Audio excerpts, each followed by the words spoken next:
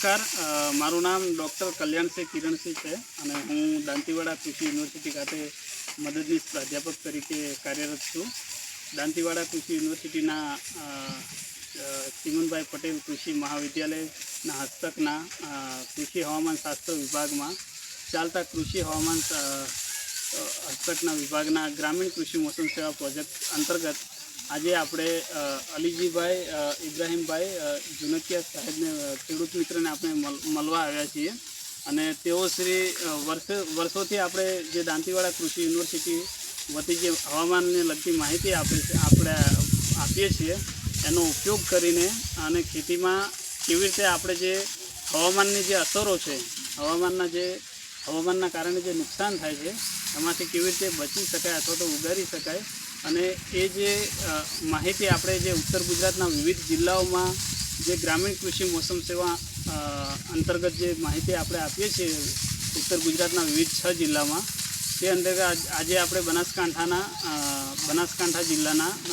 દાંતીવાડા તાલુકાના ડાંગિયા ગામે આવેલ છીએ અને આપણે અલીજીભાઈને પૂછીશું કે હવામાનની જે માહિતી મળે છે એમનાથી એમને શું ફાયદો થાય છે અને જે હવામાનની માહિતી જે એમને આગોતરી માહિતી એમને મળે છે એ માહિતીનો ઉપયોગ એ ખેતીમાં કેવી રીતે કરે છે અને એ માહિતીથી એમનું જે પ્રોડક્શન છે અથવા તો જે આપણે જે ખેતીની ઉપજ મળે છે એને આપણે જે હવામાનના કરંટ કન્ડિશનની જો આપણે વાત કરીએ, ક્લાઇમેટ ચેન્જ અને એવા ઇસ્યુના લીધે વર્ષોથી અથવા તો જે છેલ્લા 5 વર્ષની જો આપણે વાત કરીએ તો છેલ્લા 5 વર્ષમાંથી છેલ્લા 3 થી 4 વર્ષ એવા છે કે જેમાં કમોસમી વરસાદ પડેલ છે. કમોસમી વરસાદના લીધે કે જ્યારે તમે સોવિંગ કરો છો, તમે જ્યારે તમારા ખેતરમાં પાકની વાવણી કરો છો ત્યારે ઘણા ટાઈમ કે તમે જ્યારે વાવણી કરતા હોય ત્યારે જ જો કમોસમી વરસાદ આવી જાય તો તમે ધારો કે બટાકાનું વાવેતર કરતા હોય તો એ જે તમારું જે સીડ વાયેલું છે એ સંપૂર્ણપણે નુકસાન જાય છે અને ખેડૂતને એનું મોટું નુકસાન આવતું હોય છે. તો જે આપણે અહીંયા દાંતીવાડા કૃષિ યુનિવર્સિટીમાં જે આપણે પ્રોજેક્ટ કાર્યરત છે ગ્રામીણ કૃષિ મોસમ સેવા, એ પ્રોજેક્ટના અંતર્ગત જે આપણે ખેડૂતને માહિતી આપીએ છીએ એ કેવી રીતે ખેડૂતને ઉપયોગી થાય છે એની માહિતી આપણે અલીજીભાઈ પાસેથી લઈશું. નમસ્કાર અલીજીભાઈ. નમસ્કાર ભાઈ. અને અલીજીભાઈ, આપ અમને એ જણાવશો કે આપને દાંતીવાડા કૃષિ યુનિવર્સિટી વતી જે માહિતી આપીએ છીએ એ સમયસર આપને માહિતી મળે છે કે કેમ? એકદમ કમ્પ્લીટ ટાઈમસર અમને પૂરી માહિતી મળે છે અને આનાથી તો અમને બહુ લાભ થાય છે. આપની ટોટલ ખેતી કેટલી છે અહીંયા? મારી પાસે 50 વીઘા જમીન છે. એમની જોડે 50 વીઘાનું આખું એક ફાર્મ છે અને એ ફાર્મમાં એવો વર્ષોથી આપણે જે હવામાનની માહિતી આપીએ છીએ એનો ઉપયોગ કરીને એ ખેતી કરે છે. તો જે આપને માહિતી આપવામાં આવે છે આગોતરી માહિતી, એ માહિતીનો ઉપયોગ કરીને આપ વિવિધ કાર્યોમાં આપને ઉપયોગી સાબિત થાય છે કે નહીં? અમને બહુ ઉપયોગી સાબિત થાય છે. ટાઈમસર અમને હવામાન સમાચાર મળે છે, ટાઈમસર સીડ વાવવું કે હવે ચોમાસું કે વરસાદ આવવાનો છે તો એને રોકી દેવું, એટલે બહુ અમને સારામાં સારી માહિતી મળે છે. અને આપ તો બહુ વર્ષોથી આ ખેતીના વ્યવસાયમાં છો, બરાબર? હા.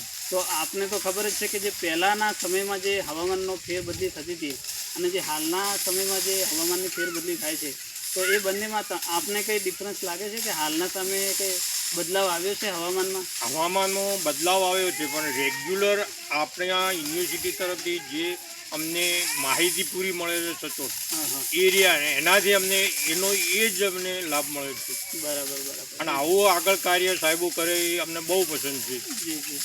અને અહીંયાથી જે આપણે જે માહિતી આપીએ છીએ, ધારો કે વરસાદની માહિતી છે, પવનની માહિતી છે કે પછી કોઈ વાવાઝોડું આવવાનું હોય એ માહિતી છે, એ માહિતીનો ઉપયોગ આપ આપણા ખેતરમાં કરો જ છો ને? કરીએ છીએ, 100% કરીએ છીએ. જે આપણે બુલેટિન બનાવીએ છીએ એ આપણે એનો સંપૂર્ણપણે માહિતી અમને. બરાબર. જે રીતે આપણે વાત કરી એ રીતે કે દરેક ખેડૂત મિત્રો આપણે ઉત્તર ગુજરાતમાં જે 6 જિલ્લાઓ છે એ જિલ્લાઓમાં આપણે માહિતી મોકલતા હોઈએ છીએ અને એ માહિતી દરેક ખેડૂતને, ધારો કે અત્યારના સમયે જો વાત કરીએ આપણે તો કોઈ બી જગ્યાએ જો તમને આગોતરી માહિતી પહેલાં મળી જાય તો ધારો કે બહુ તેજ પવન આવવાના હોય અને જો આગોતરી 5 દિવસ પહેલાંની માહિતી આપણને મળતી હોય તો એ માહિતીનો ઉપયોગ કરીને ધારો કે કોઈ ઘઉં છે કે એમાં જો તમે પિયત આપતા હોય તો તે તમે પિયત અવોઇડ કરવાનો તો ન આપવું, જેથી કરીને તમારા જે ઘઉં છે એ પડી ના જાય જો વધારે પવન આવે તો. એવી જ રીતે આપણે દરેક બુલેટિન બનાવીએ છીએ, આપણે બંને ઇંગ્લિશ અને ગુજરાતીમાં બુલેટિન બનાવતા હોઈએ છીએ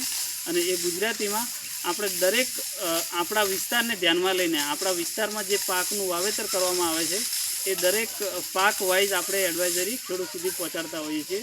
તો આજે આપણે અલીજીભાઈના ખેતરે આવ્યા અને એમને આપણને આપણા જે સ્કીમ ચાલે છે અને એની જે માહિતી આપણે એમને પૂરી પાડીએ છીએ એનો આપણને સાથ સહકાર સાથે જે આપણે એમના ફિલ્ડની વિઝિટ કરી એ બદલ અમે દાંતીવાડા કૃષિ યુનિવર્સિટી વતી એમના આભારી છીએ.